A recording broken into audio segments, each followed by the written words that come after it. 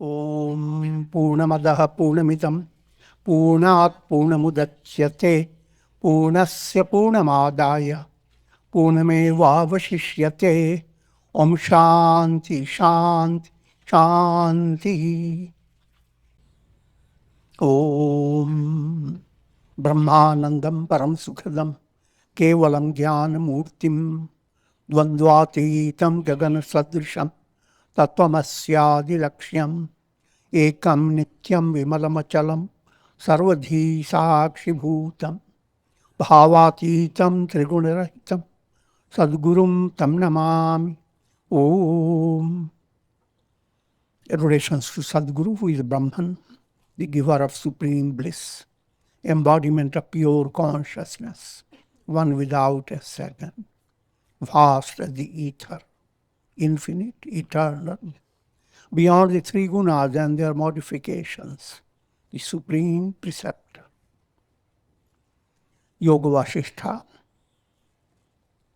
Utpatti Prakarana. The story of Leela continues. Section is 60. Topic is the relativity of time and space.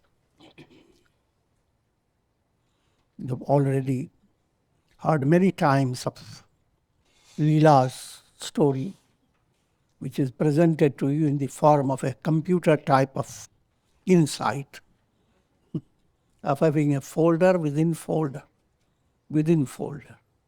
3 folders are there, one within the other. Each folder brings out a totally different picture, different contents, different world. To give you again, just to remind you, King Padma and Leela, they were great personalities. They lived a long duration of time serving people, and they were extremely devoted to each other. So much so that Leela, the queen, privately, secretly practiced devotion to Goddess Saraswati with the idea of helping her husband and to securing their relationship with him, even after death. So she secured the boon that if her husband were to die, let his spirit stay right in her room. And the boon was granted. Just like you put a folder in a particular folder. How much space does the folder require? Nothing. I'm just giving you a broader understanding. So, but Leela found after his death, also it was told that flowers on the body of the dead body will not fade away. And that Padma will one day come back to life. Until that, there will be drama. Back and forth. Who was Padma before? And what he is while he is dead. 2 stories go on. In the previous world, they were Vasishtha and Arundhati, a couple, Brahmins. And their death has occurred only short while ago, that means just 10, 15 days back. And Goddess Saraswati also gives Leela insight into where her husband is at present. And to her great surprise, her husband, she visits twice. First time, husband was just a young man inheriting a big kingdom. Second time, just hardly few days have passed. Second time she goes, is already 60, 70, and engaged in a terrible battle.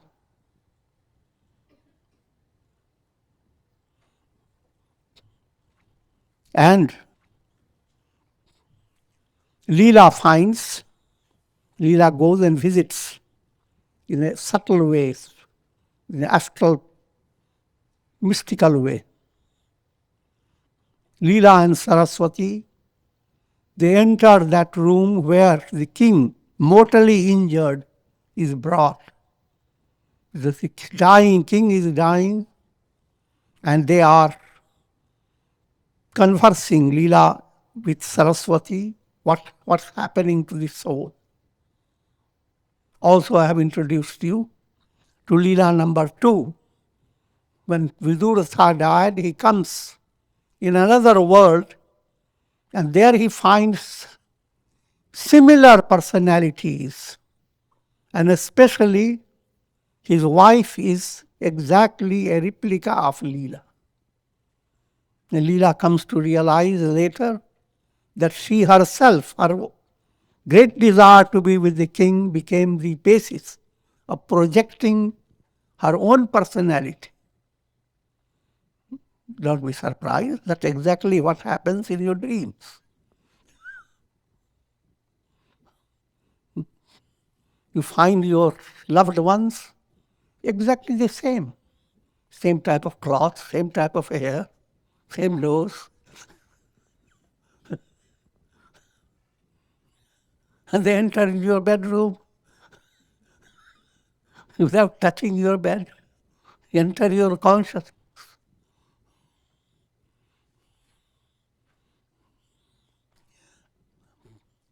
So, at this stage of the story, insight is being given by sage Vasishtha to Rama in reference to the illusory nature of time and space. And that's an important point for those who study Vedanta and for profound understanding of a spiritual path. Your goal is not in the world of time and space. That's the majority of people always, when they think after death, where will they go? And they are told they will go to heaven. I will go up beyond the Milky Way. We imagine there is such a abode where things are so peaceful and you meet everyone that you have loved. And there is every all types of happiness. But that's an allegorical consolation. Because no matter wherever you direct your attention in the world of time and space, there is no place that is secure. Any place you think of is somewhere in a planet, like Earth planet. But Earth goes on circling around, otherwise it's Earth. Earth means nothing.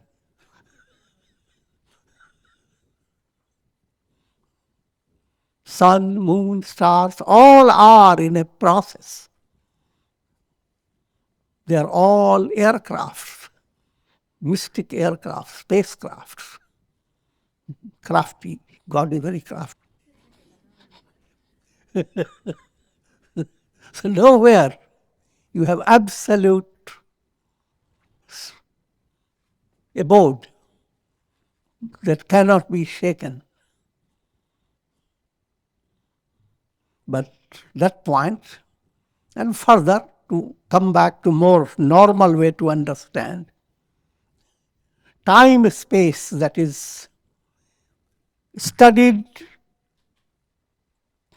according to scientific study, that time and space is totally different from time and space that you experience. Time presented by clocks or all the scientific equipments where even 1 second of flaw can be detected. That time is totally different. That goes on, but that has nothing to do with your experience. The time that you experience, simple way to understand, if you are happy, time flies. If you are in suspense, time gets confined into an egg. And you have to beg for it. I'm joking. Now with this, let's follow the teaching. This world is illusory. You should not think that since this world created by Brahma, this world is created by Brahma, it cannot be negated by simple human effort. In fact, the created world exists only for the intellect that is limited by ignorance. When ignorance is removed, the world, freed from the evil of Maya, shines as Brahman. Here we are being given something very profound. First point, all in spiritual progress, your mind is using realistic mathematics. So when you think of karmas, you start gathering the number, how many karmas. If I did so many mantras, how many lives have I improved? How many negative karmas have I destroyed? So keep a kind of mathematical calculation in your mind. And then whenever you hear about you will go to Sadgati, go to heaven, there again your mind goes into how far distant it is from the earth planet. And how long it will be after my death. When you are told we will be born again, if you have karmic karmas, you have not become enlightened, your mind operates with the same standard of time and space that you have been experiencing. You want to study souls coming back in the same way.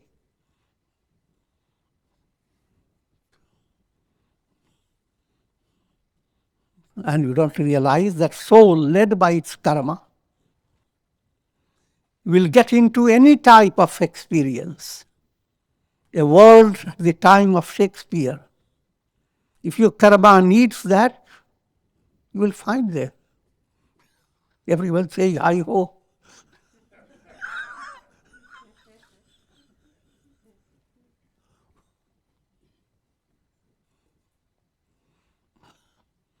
In other words, your progress is not like the way you study evolution. Evolution of every creature. See, from atomic state, you go on evolving, monkey state, then go on evolving to human. That type of study is for a different level of mind. The spiritual movement has a totally different dimension. So, all this needs to be understood. Now, what the statement was, that therefore, do not, when you are turning towards enlightenment, following the path leading to liberation, do not hold your mind conditioned by your mathematical talent. The liberation can put an end, the enlightenment can put an end to all the world process in a moment. All your karmas can burn up within a moment or in a shorter duration. But if you have not opened the gateway to liberation, then you are completely restricted by Brahma's word, a world that is absolutely scientific. Not a leaf will fall without causation behind it. Everything is there. So that's where he says, people describe destiny is like Brahma's statement written down on a mystic page.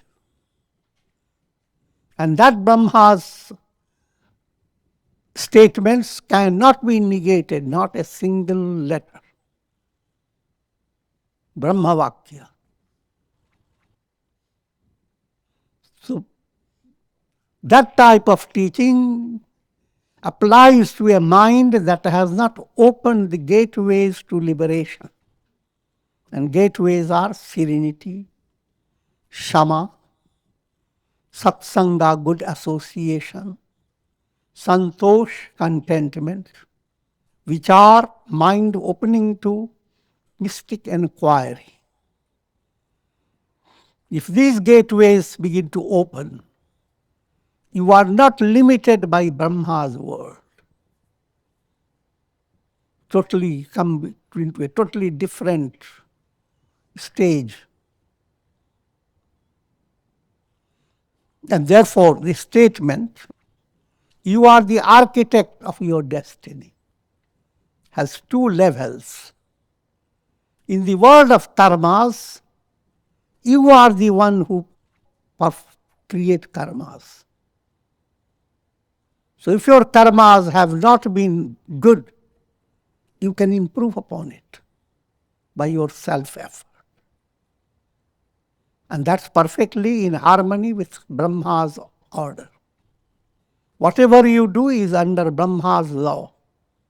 Every karma that you do will have its reaction or its fruit in a precise manner.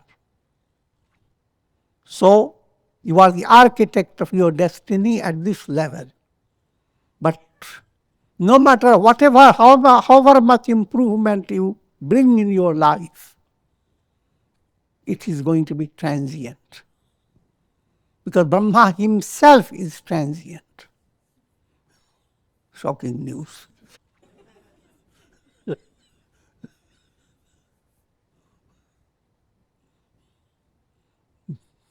Brahma comes to an end, another Brahma becomes, according to storyline. So countless Brahmas have come and gone. That's allegorical statement. One's desires for the world are empty. They have no substance. In other words, what you are desiring, can the world give you something substantial? You can say, look at me, you gave me this whole body. It's a good answer. But wait, what you were 30 years before, and what you are going to be 30 years later. And then figure out how things.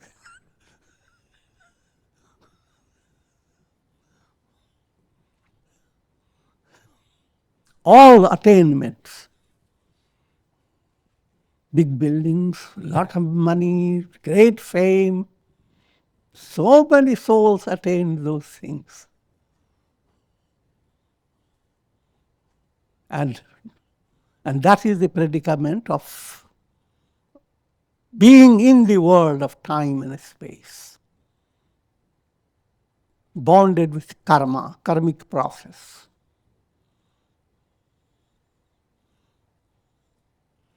And what the statement is, therefore, all your desires, so many things you want to have, your dreams, fascinating ideas, all of them are empty. You also understand that at this advanced teaching should be understood in a profound way. When you hear this doesn't apply to your practical realities. No matter how much you understand the whole world is unreal, Yet when the time comes to take tea, take it.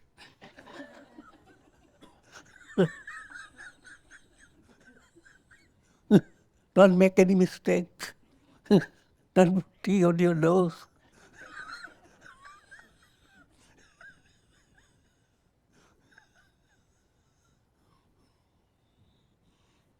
Destiny doesn't exist in reality, implying that if your destiny you think in the terms of worldly attainment, that's a big illusion.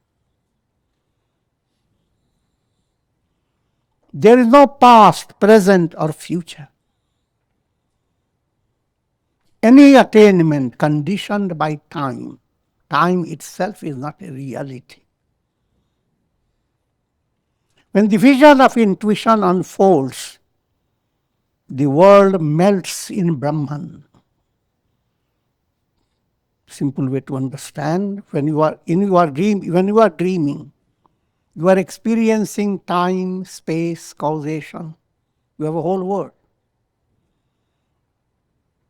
When you wake up, the entire world has melted into your consciousness.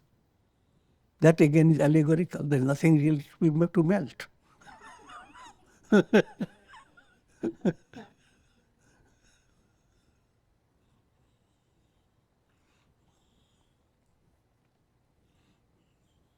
Just like you wake up from your dream. Enlightenment is like waking up from this illusion of the world process, which is described as a long dream.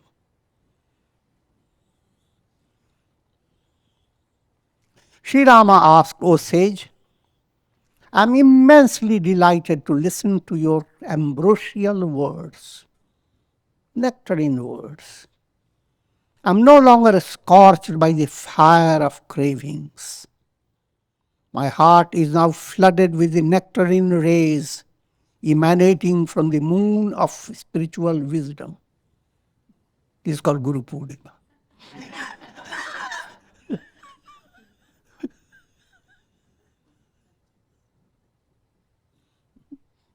My heart is flooded with the nectarine rays emanating from the moon.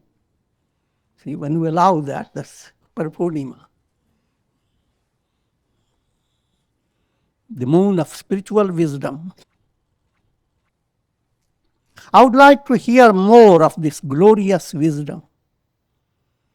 Please explain to me how it is possible for a person to experience a long duration of time in just a few hours, and a spacious world within the confines of a room.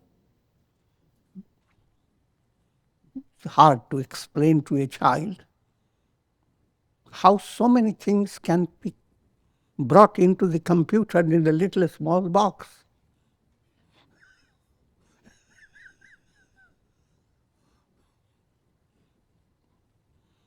Now we have to figure out what I mean.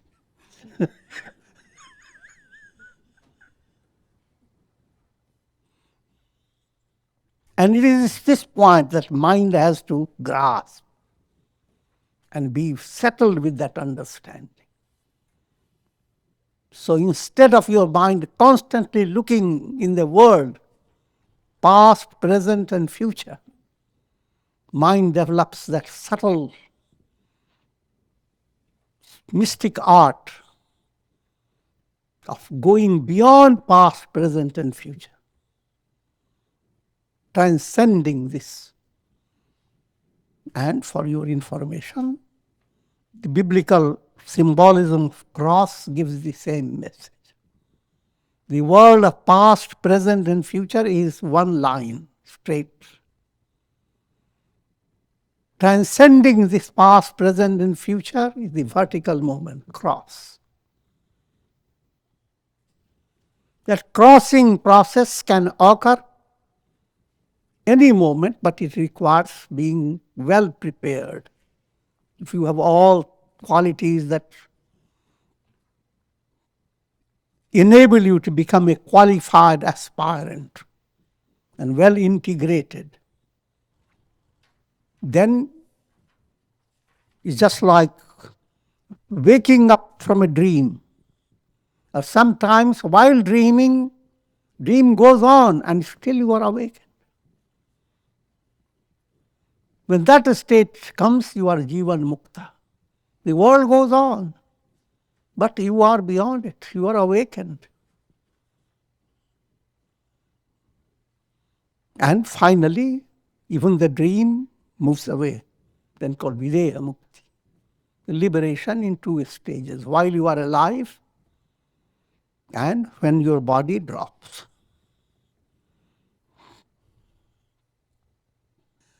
Sri Vasishtha explained, O Rama, such is the magical potency of the mind that by the intensity of its conviction, even poison can turn into nectar, and an enemy can turn into a friend. These are all allegorical words. All that it means that your mind has amazing power. All that you experience is on the basis of projections of the mind.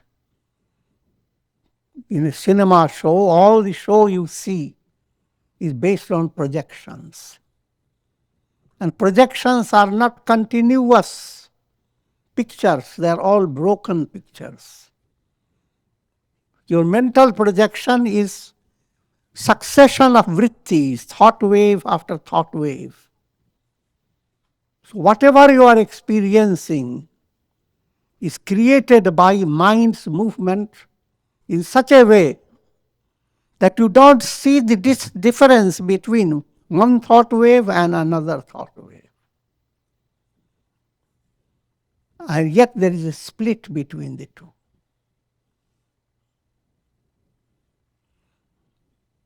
Just for understanding that if one were to enter into samadhi, that profound state, mystical, advanced state, then that's what's happening. Your vision is not distracted by past, by present, by future, nor the present. Even the present is a form of illusion, though it is all in collusion between past and future.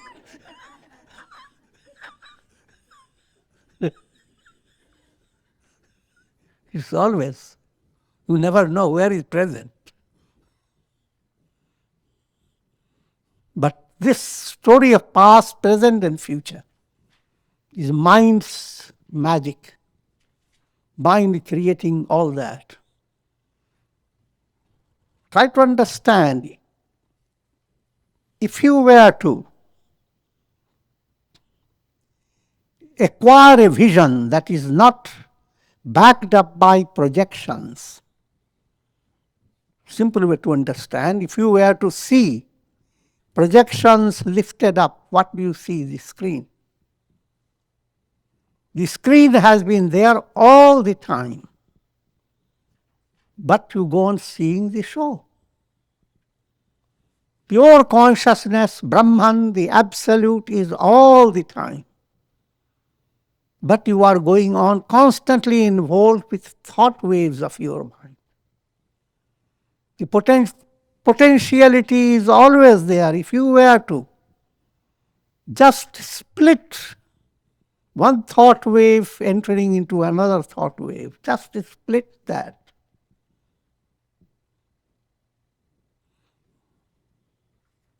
you will have a revelation.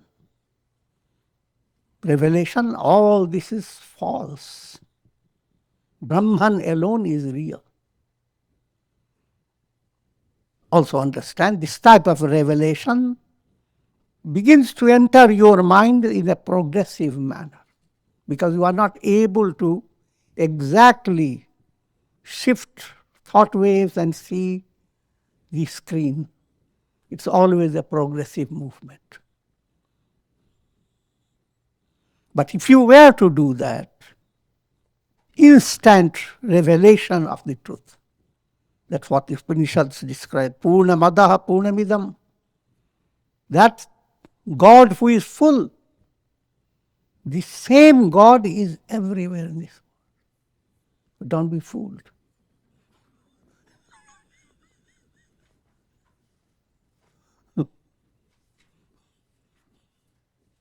Fullness of God is not a matter of history, a project. That since all this has come from the full, one day again it will go back to the full. Not so. It is full all the time. The dream emerges out of your body, of consciousness. But all the time your consciousness is intact. And the dream in itself is nothing but that consciousness.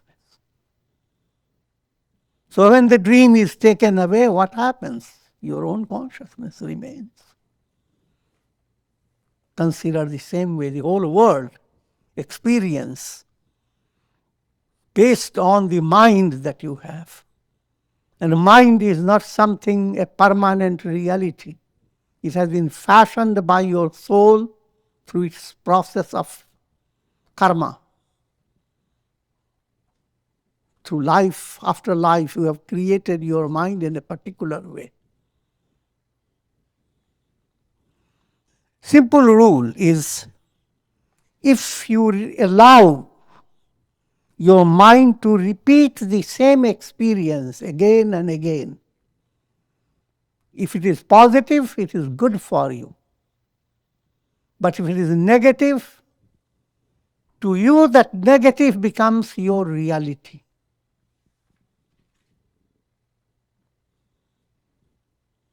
And how can you undo it? Again, allow your mind to go into the repeated effort to affirm, assert within yourself, it is not real, it is not real. I am Brahman. The world is not real. Led by the impressions of the unconscious, while one person experiences a long duration of time, another person might find it only a short while. Same house you live in. One member of the family is very happy. And he has happy dreams. He's going to Hawaii. That's okay. Another person is finding hard to pass the night. Every moment is a big burden. I want to dramatize the negative.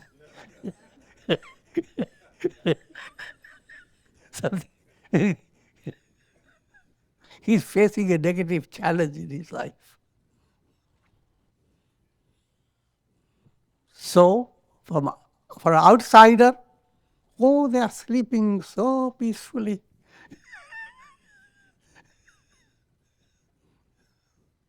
But everyone has their own world. And time is not exactly the same. One wakes up refreshed. Another wakes up with hair turning grey.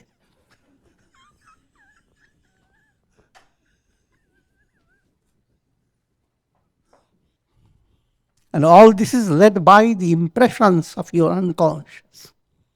Samskaras, they are the basis of allowing you to experience things in so many ways. Time, space, causation, your growing movement, all your effort, all your accomplishments, they are all based on samskaras. Like forest grows out of seeds. In turn, seeds come and re-energizing of the forest continues. There exists time within time, space within a space. That simple illustration, you dream. You are sleeping while you have put your alarm, and your sleep is controlled by your alarm. But within that time range, you have another time where you are going to have a project in your dream. So you are working with time within time, world within world. A person afflicted with the sorrow of separation from a loved one finds his night long and dreary. But for a joyous person, the night passes as if it were just a moment. Similarly, within a short time, a person might dream of his own birth, growth, and a life abounding with many events.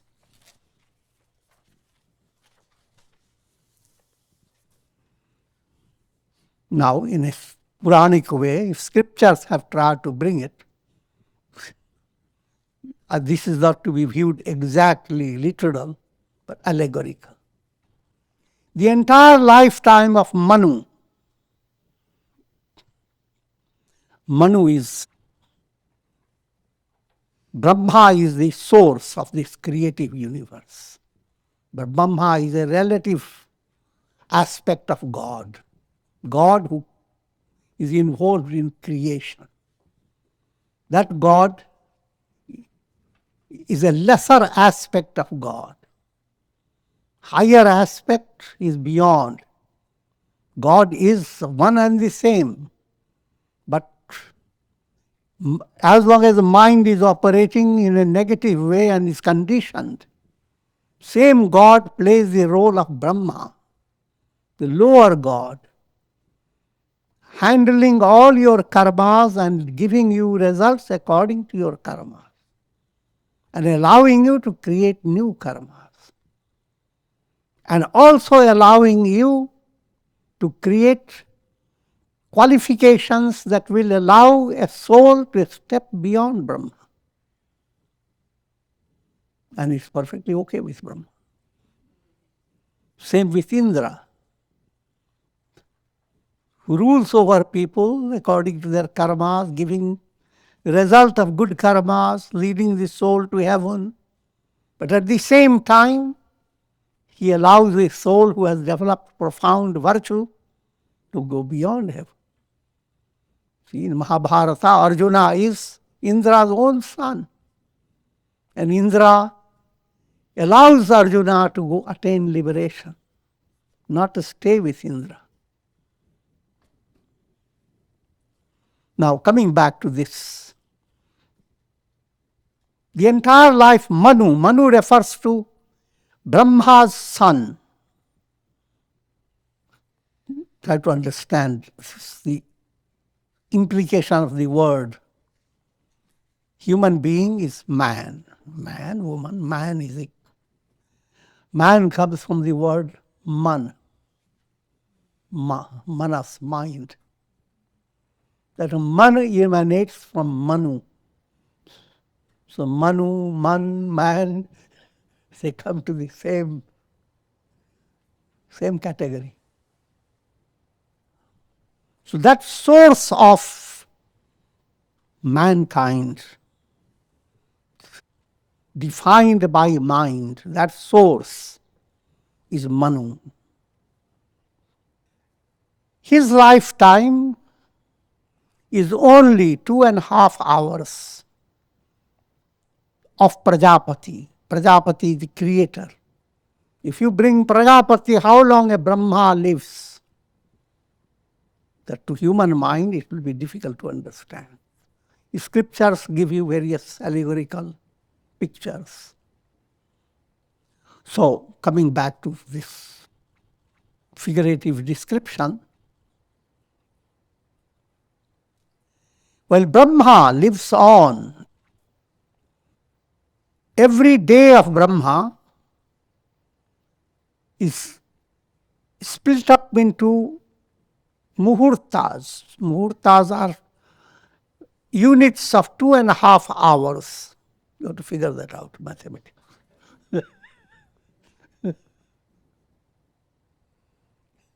And in every muhurta of Brahma, a Manu, who from human standard lives for thousands of years, Manu dies.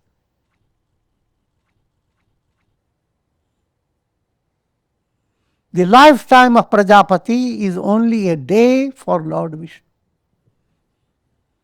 The lifetime of Brahma is unimaginable from human point. Even that is a day of Vishnu. But Vishnu again being Saguna Brahman is not the ultimate reality. So even Vishnu is described in the terms of limitation of time.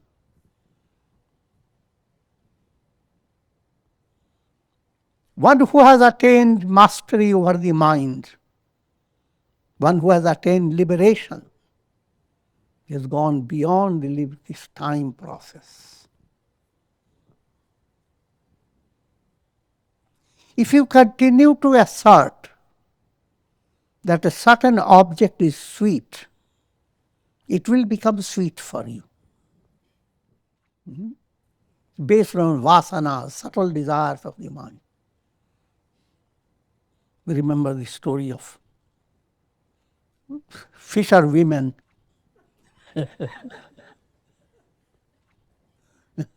having spent the day fishing.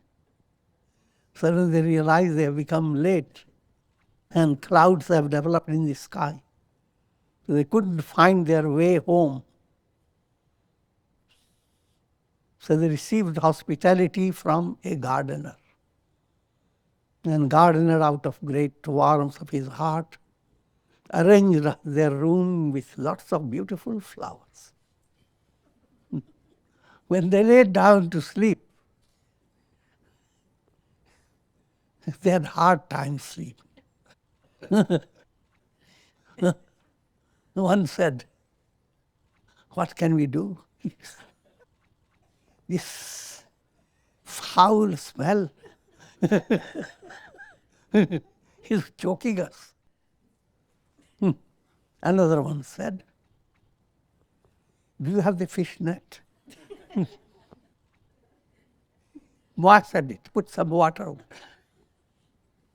Tear it up 3 parts. Each of us will have a bandage. A fish net.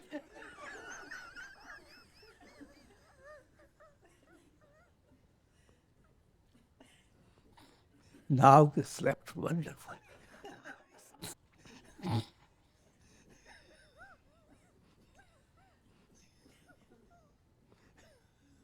This whole world is Satchidananda. Fragrance beyond imagination. Sheetal Mand Sugandh. Gentle, graceful, joyous. But everyone is a fisher person.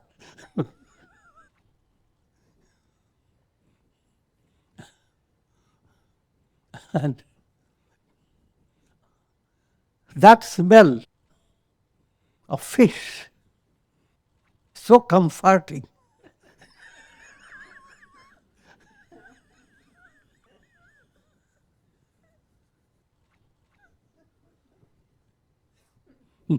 That any situation that tries to take away the fish web away becomes a big challenge.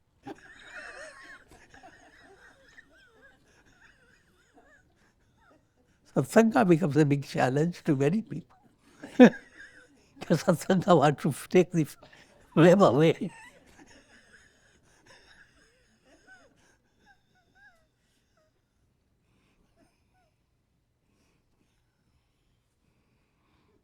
So I'm given allegorically that everyone is comfortable with the way their subtle desires have been fashioned. And those subtle desires block out all glory and grandeur of the divine self. You are always in heavenly garden. But your smelling process, your experience, vasana literally implies a kind of fragrance. See, vas, suvas.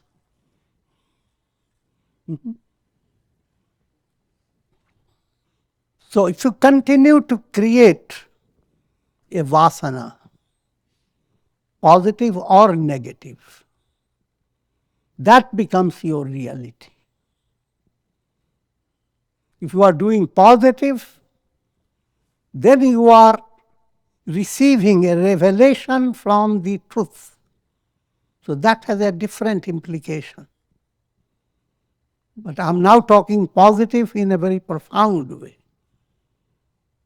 You may also talk about positive and negative in a kindergarten way. Then what is positive is not really so, but it appears. Going to a drunken house compared to that, going to something educational. Both are illusions, but one is better than the other.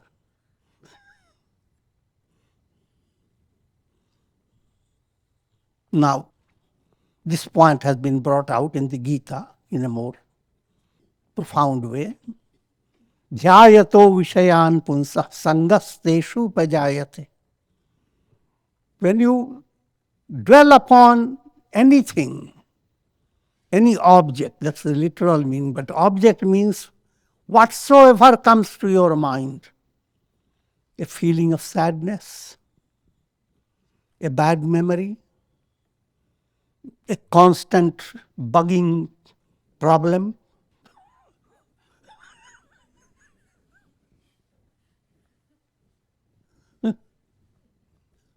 And if we allow to stay constant, you have possibility to move away from it, do something about it. Change your angle. Engage yourself in things that will elevate you, inspire you. But forgetting all other choices, you just stay with it. And allow it to linger. Because dhyayato vishayan punsa. Go on repeating again and again. Then it becomes your reality, the part of you. And one day you begin to miss your headache. This is what has happened to my head? Doctor, save me. I'm joking.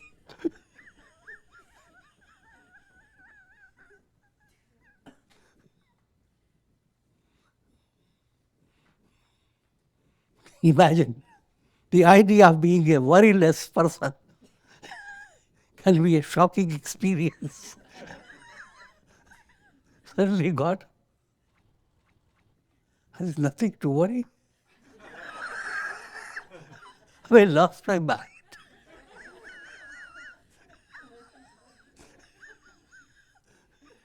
How terrible.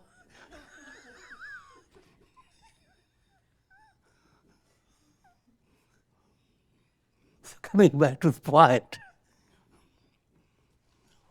Whatever type of feeling, concept, thought,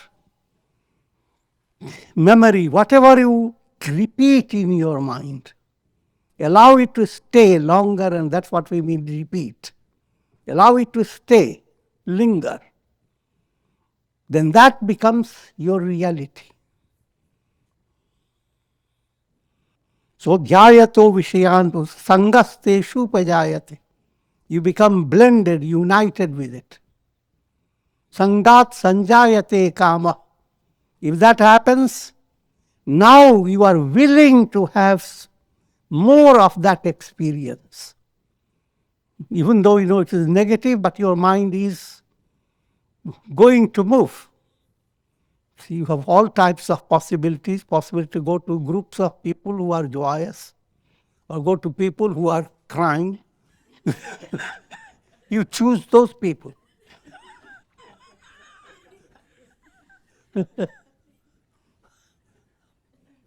And you thank God I have a compassionate heart.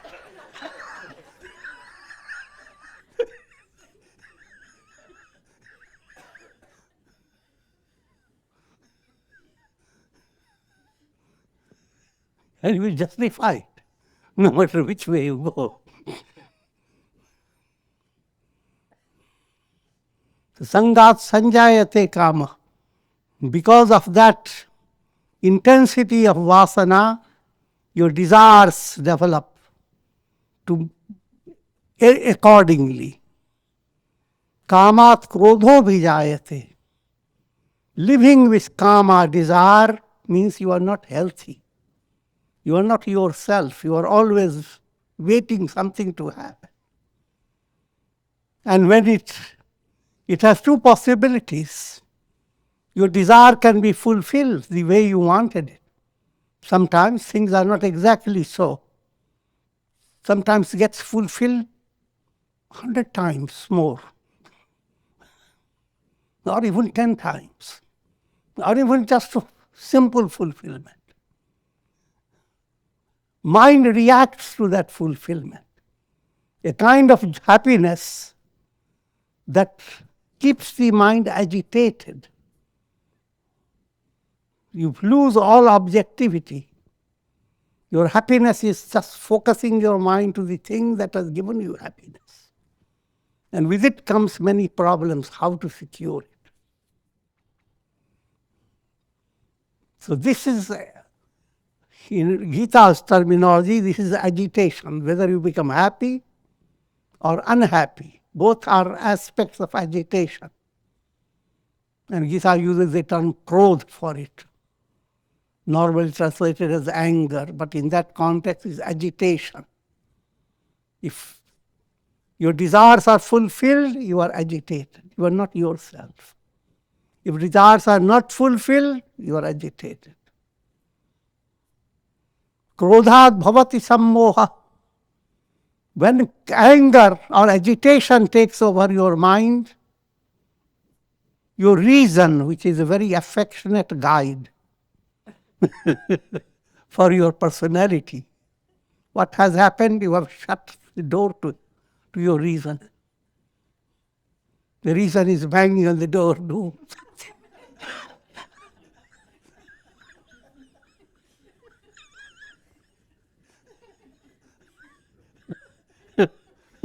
But would let the reason come out. That's called sammoha. Krodhat bhavati sammoha. Sammohat smriti bhransha. Buddhi nasha. Intellect becomes restricted. Buddhi nashat pranashyati. That's the process of downfall. Reverse that process. Instead of constantly thinking of something that keeps your mind agitated, think of God that keeps the mind calm. Turn to japa. Turn to the understanding I am there is eternity behind all things. Your goal is neither yesterday nor tomorrow. Goal is with you. Deep down you are whole. Don't look for a goal.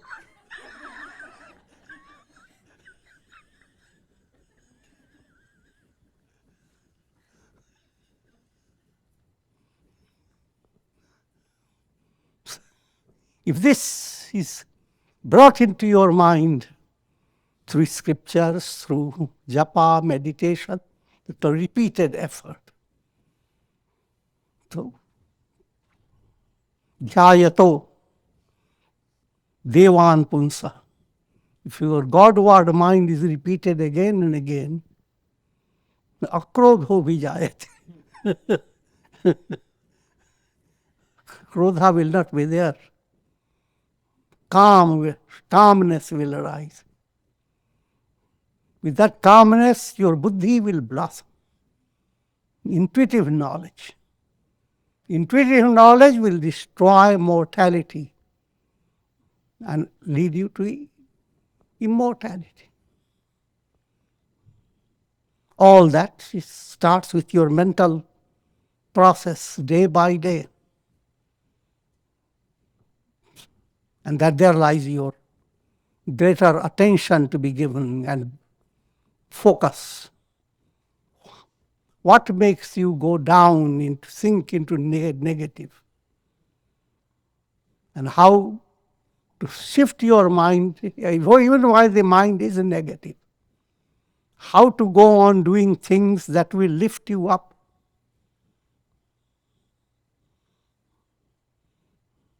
But not to become desperate that I'm gone, I'm finished.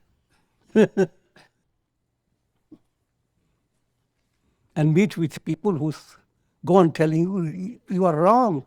You are already dumped.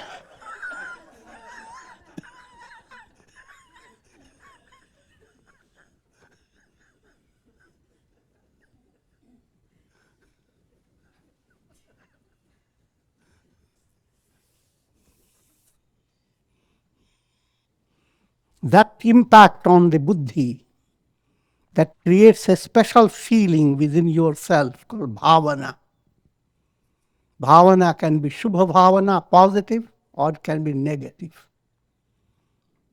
Bhavana can turn even a festive occasion into a pathetic affair.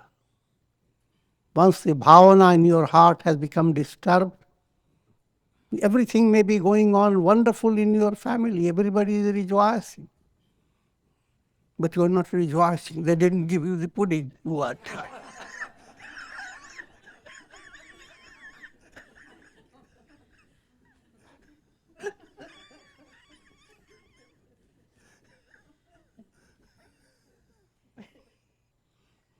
You have seen how children, while playing joyously, might suddenly take to weeping and crying. See, bhavana is not under control in children, so suddenly things change. It doesn't take much time. They are harassed by non-existent devils. And behold,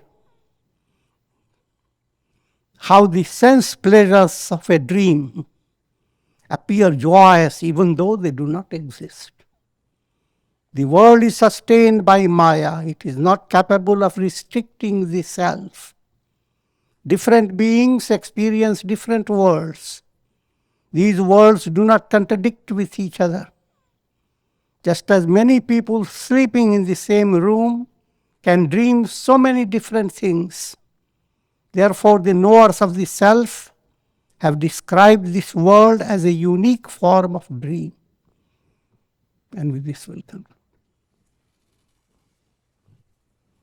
Om Purnamadaha Purnamidam Purnat Purnamudachyate Purnasya Purnamadaya Purnamevavashishyate Om Shanti Shanti Shanti.